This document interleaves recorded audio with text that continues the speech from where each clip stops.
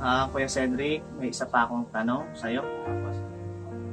Kuya Cedric, paano mo ba ilarawan si Mama bilang isang ina, bilang isang ama sa inyo ng kapatid?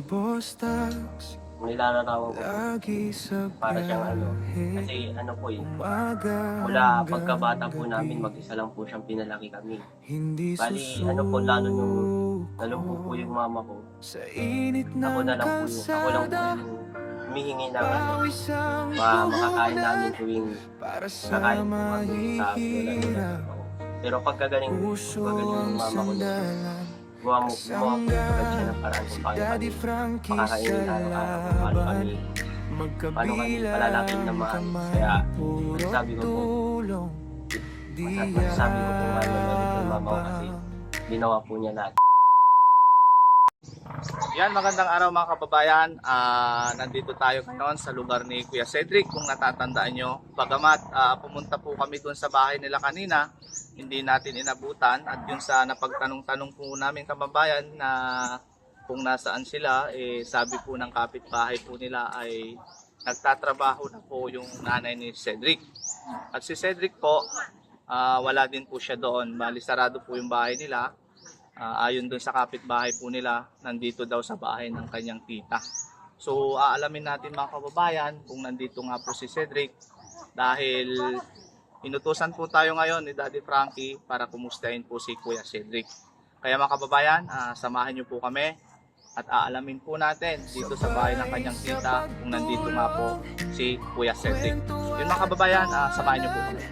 Pero una sa pila, pag oras ng kailangan, boss, kahit pagod, sige lang, walang atras, lahat ay walang imposible, siya si boss.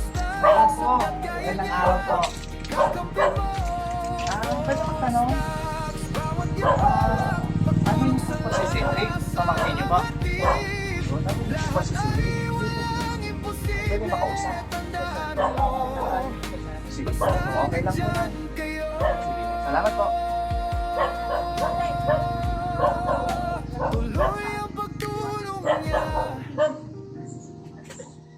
Hello, Kuya Cedric. Yan, nagsasabi pa si Kuya Cedric. Naalala mo kami? Naalala ko po kayo. Kami na yung galing sa inyo, no? Kuya Cedric, okay lang ba na sabit ko sa'yo ito? Ha? Usapan natin. Kuya Cedric, galing po kami kasi sa inyo. Wala doon si mama mo. At wala kami doon, sarado yung bahay nyo. Bali, nagpunong kami sa kapitbahay nyo. Nandito nga daw sa tita mo. Kaya nagtanong-tanong kami dyan sa labas para matumpun yung bahay ni tita mo. Kaya Cedric, okay lang ba? Makausap ka? Okay lang po sir. Kahit doon na lang po tayo sa likod sir. Ay, okay lang? Tay, pwedeng pumasok po. Sige po, salamat. Ay, pasok tayo sa bahay nila Cedric. Kailangan po. Ay, pinasok na natin yung sapatos ko na. Sige lang po, sir.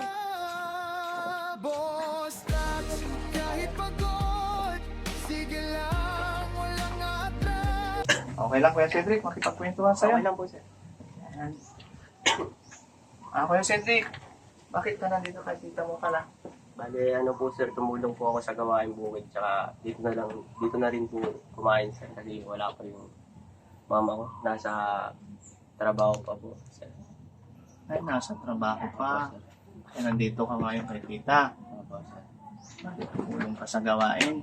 Opo sir, sa bukid po sir. Bait naman ni tita, no? Opo sir. Hindi na lang, may tita ka na mabait. Opo sir. Kuya Cedric, pumunta din kami dito kasi sinabi ni Daddy Frankie, napuntahan ka namin dito. Naalala mo pa ba si Daddy Frankie? Opo sir, naalala ko po sir. Yung last time na pumasyal kami dito, ano? Opo Kuya sir. Cedric.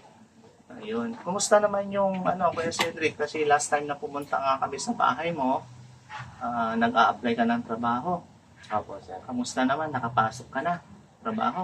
Opo sir, nakapasok po ako. Bali, po, umalis na lang po ako kasi po sir,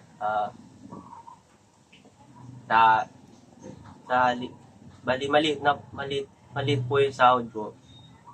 Tinitiis ko na lang po kasi alam po na may trabaho ako. Kaso naghilamos po ako ng umaga kasi pumasok po ako ng umaga tapos medyo pikit pa yung mata ko. Kaya naghilamos po ako tsaka nadatnan po ako ng amo namin na walang sombrero. Tsaka sinatasan po ako ng 300. Tapos every time na shifting po, nasi-short po kami. Kaya yun po, umalis na lang po ako. Bali, dinapatapos ko lang po yung bagyo tsaka nagpapagaling lang po ako. Maghahanap po ulit ako ng trabaho. Ay, ibig sabihin, umalis ka doon sa trabaho mo dahil naghilamos ka, tinanggal mo yung sombrero mo, Apo, sir. na parang bawal sa trabaho, Opo, yung sir. hindi nakasombrero. Naghilamos ka lang naman, Kuya Cedric. Yun nga po, sir.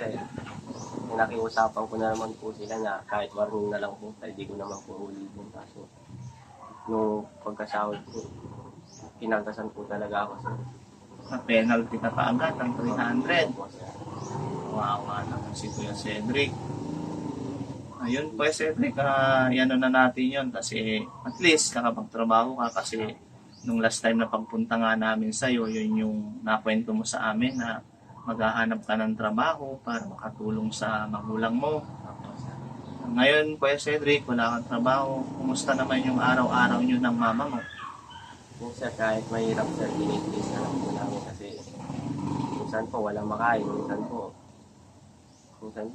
sa kapitbahay na lang po namin kahit hirap po, sir, tinitiis na lang po, lalo na po yung sabay po yung bagyo.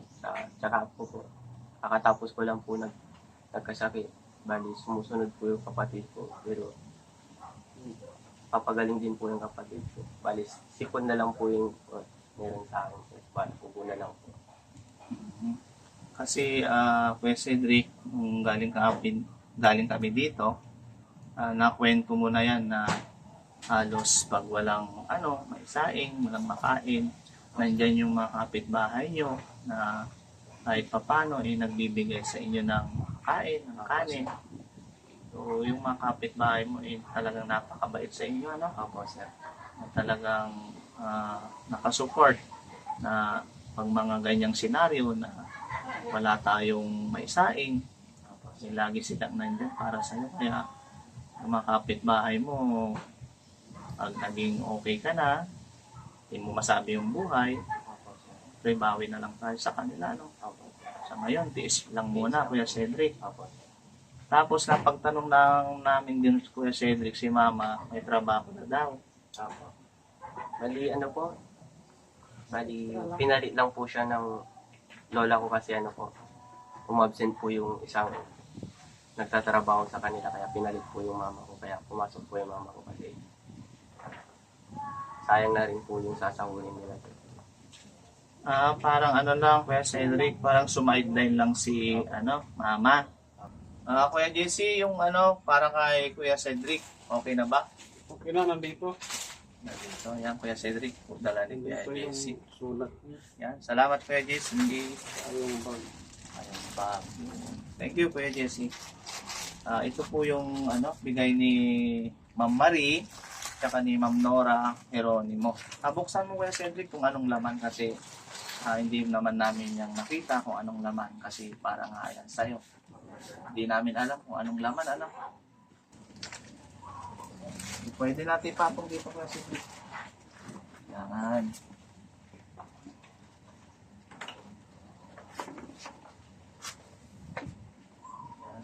School supplies. Tulungan na kita Kuya Cedric. Ball pen. May medyas. Tapos, Kuya Cedric, may dito. Ito nakalagay, for Cedric. Ito, sabi niya. May Ma'am Nora. Tapos, and mechanic, sabi niya. From Ma'am Nora and Ma'am Marie Geronimo. Buksan mo Kuya Cedric kung ano yung laman. Kasi hindi pa namin yan nakita kung anong laman yan. May pa pala, may card. Bas, pwede mo rin yan, Kuya Cedric, basahin. Ayun, may nakalakip. Yan, may nakalakip na pera, dollar. Yan, basahin mo Kuya Cedric. Mga kababayan, natanggap na ni Kuya Cedric yung padala ni Ma'am. Kuya Jesse, pahinging isang sakong bigas. Ayan, Kuya Jesse. Ayan, salamat Kuya Jesse. Ito, Kuya Cedric, dahil nabanggit mo nga kanina, wala kayong pangsaing dahil si Mama nasa trabaho pa. Siyempre mamayang hapon pa yon uuwi para makabili ng bigas. Opo, sir.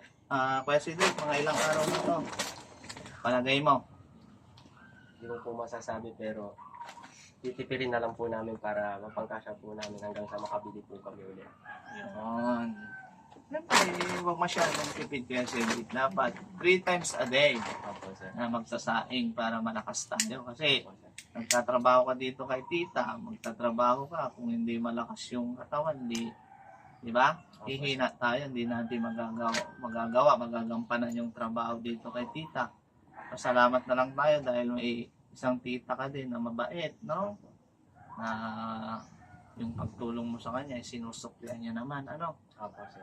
Kaya yun lang, ito pabigay ni Daddy Frankie. Kasi bagamat si Daddy Frankie ay hindi natin kasama kasi medyo busy si Daddy Frankie ngayon. Kasama si Ma'am AR, si Aling Rochelle, saka ni Boss JB. Opo, Wala siya rito. Nasa Makati sila, Daddy Frankie. Siguro, Kuya Cedric, hanggang dito na lang yung kwento natin. Salamat sa kwento mo dahil naantig na naman kami sa kwento ng buhay mo sa pamilya mo. Opo, sir. Baka pwede tayong magpasalamat ulit. Una-una po lahat, maraming salamat po kay God kasi muli po niyang pinapunta dito ang mga kasamahan po ni Daddy Frankie na magkapagbigay po ulit ng tulong sa amin. Kay Daddy Frankie po, maraming salamat din po kasi napakalaki na po ng tulong na nabigay niyo sa amin. Pero yun, hindi niyo pa rin po kami napapabayaan sa oras ng tulad ng ganito, wala po kami pansahin. Kaya maraming salamat po pati po kay Mrs. Nora at Miss Maria Peronimo. Maraming salamat po sa inyo sa padala po ninyong school supplies. Makakatulong po napakalaking tulong po nito sa amin kasi magagamit po talaga namin ito sa school po. Salamat po. Yan, Kuya Cedric, naway loobin ng Panginoon na makabalik pa dito si Daddy Frankie. Sana makabalik pa si Daddy Frankie. Yun. Yun mga kababayan, hanggang dito na lang yung kung nanonood ka pa sa video ito, sa mga oras nito, magpapasalamat po kami muli sa inyong lahat mga kababayan, Luzon, Visayas, Mindanao at sa mga kababayan nating OFW na yan sa ibang bansa. Maraming salamat po sa inyo. Hindi po magagawa ng isang Daddy Frankie, hindi magagawa ng buong team kung wala po kayo. Kaya sama-sama po tayo at samahan niyo po kami sa araw-araw po naming misyon para mas makatulong pa po sa mga kababayan natin naghihirap at deserve na tulungan. So, lagi po tayong manood sa premiere ni Daddy Frankie sa kanyang YouTube channel. 7:08 ng gabi mga kababayan. Doon po tayo nag-upload ng mga full video ni Daddy Frankie para masubaybayan po natin araw-araw, gabi-gabi ang kanyang programa. Muli kami nagpapasalamat at lagi po natin sinasabi mga kababayan, mag-ingat po tayong lahat at pagpalain po tayo ng Panginoon. Mahal na mahal po namin kayong lahat. I love you all mga kababayan.